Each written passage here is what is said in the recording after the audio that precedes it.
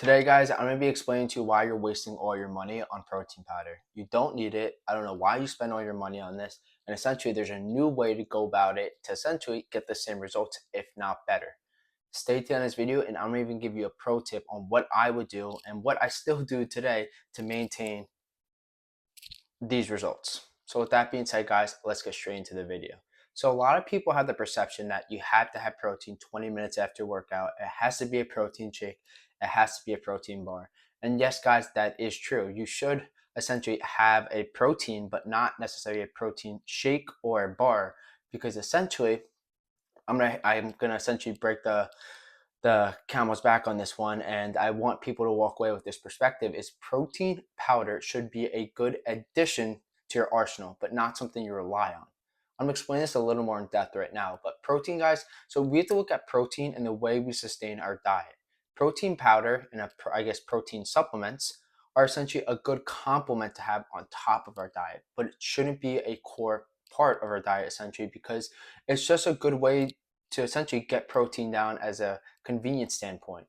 But if we look at our diet as a foundational framework and it's based on our whole foods, your diet should be based on whole foods, because essentially, guys, whole foods are sustainable. It's a lot healthier because it's not processed, and essentially, it tastes way better. Maybe that's just my perspective, but I think that it tastes way better. And guys, when you want to use protein or protein shakes, whatever you want to do, that should be used as a convenience option, but not a foundational framework that you build muscle on.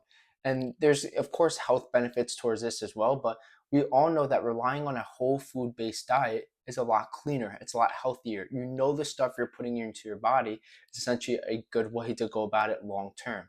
And if we only rely essentially on protein shakes or protein bars, is it the healthiest thing to be put in our bodies every single day? I could tell you firsthand that when I was relying on stuff like mass gainer and whey protein, my acne would break out really bad. And I was like, I can't do this. Why am I even using protein supplements? And I started asking myself these questions. And essentially, I came down to the conclusion that protein powder should only be a convenience option. And I started digging a little more and more. And I found that you're right. Like it should only be a convenience option. Why am I spending 70, 80 bucks, even 60 bucks on a a huge tub of protein powder where I could just buy grilled chicken? It tastes a lot better, it's cleaner, and it's more sustainable. And I could build my framework or my nutritional diet based off it. And when I started doing stuff like this, I think I felt a lot better. The way I guess the way I actually went about my nutrition was a lot cleaner, and essentially, the way I felt about eating was essentially like I was more inclined to go out and like eat and try new foods than I did relying on a shot, protein powder, or essentially a protein shake. So when we ask ourselves these questions, guys, it's really important to understand that we have to understand that we don't necessarily need these protein supplements. They're a good addition to our arsenal, but they're not something that we should rely on each and every single day. So what I want to go into now are some of the top protein additions that I started adding into my diet that allow me to sustain these results and really build a better relationship with not protein supplements essentially, but my foundation for protein. So guys, the number one I want to start with is grilled chicken breast. Chicken breast, guys, I think are a number one option. It's not too high in cholesterol, and essentially it's just clean. You could eat chicken, I think, with almost anything. And a lot of people essentially love doing this because it's a good way to get a high protein source. It tastes great, and essentially it's very versatile. You can make sandwiches, you can put in pasta, you could make tacos, whatever it is. It's really good to add different ways of going about it. So protein, guys, it is key, and I think chicken should be number one on your list. And in regards to grams per protein, or how chicken breasts usually correlate to the amount of protein you get, usually a standard chicken breast is anywhere from 20 to 25 grams per one chicken breast. So if you eat 4 or 5, you're looking at 100, 125 grams. I'm not saying go out and eat that, by no means. I'm just using that per example. The second thing I want to go into, and again, guys, this may be a little biased. It's my opinion. Sorry, but this is the way I kind of eat, and I kind of really it's helped me diet the right way, but essentially enjoy the foods I eat every single day. The second one is eggs, guys. So eggs is definitely a fan favorite of me. I'm a big omelet guy, and when we look about eggs and how much protein they have, usually one egg is around 6 grams. I mean, it could be up or down depending on what kind of eggs you get. I guess I don't even know, but usually eggs have a stand around 6 grams. So if you eat, anywhere between 4 to 5 eggs, you're looking at 20, 25 grams of protein. And a little caveat to this, guys, or little pro tip: egg whites also have lower cholesterol and they increase the amount of protein at less calories. So if you want to stack in like 4 eggs and like 4 egg whites, you're killing your protein gains right there. That is great. So that's number two. And egg whites are a good way to get high protein intake at a low calorie um, way. Essentially, it's not too many calories, it's high in protein, and it's easier to essentially put it down.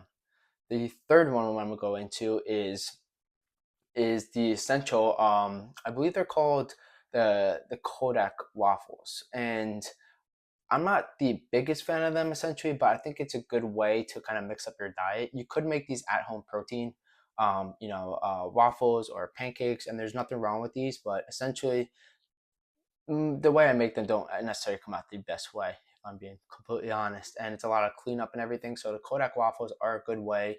I wouldn't say they're the cleanest. It's being very straightforward, but I think it's something that I do enjoy eating. Maybe once a week or once every other week, because it's a good way to. It's very convenient, essentially. And again, guys, I could relate this back to my point about protein shakes or protein bars. I like the Kodak waffles essentially, or pancakes, whatever you want to call it.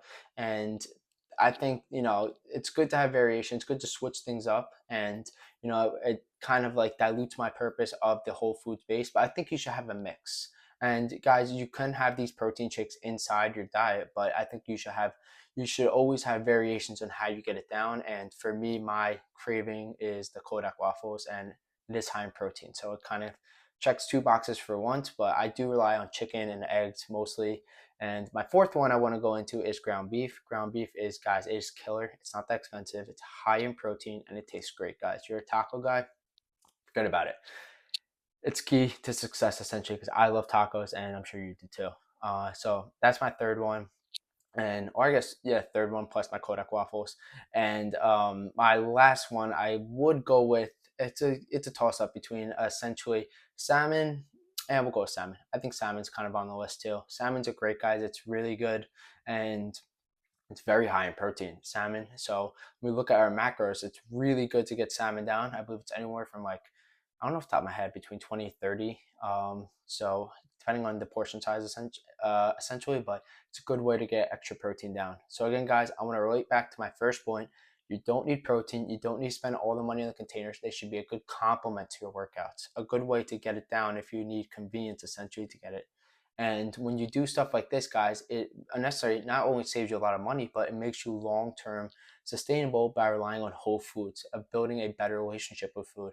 And for me, the number one reason I stopped doing it was because I essentially had really bad acne eating stuff like this, because it was all processed and it wasn't just sustainable long term. So again, guys, I wanted to break it clear to you guys. I hope I changed your perspective on protein powder. Protein powder is a good complement to your arsenal, not something you should be relying on. And essentially, it's something that's very convenient that you could do after your workout, but you should be relying on whole food based diet to essentially sustain this long term. And of course, adding protein shakes and protein powders to your arsenal here and there.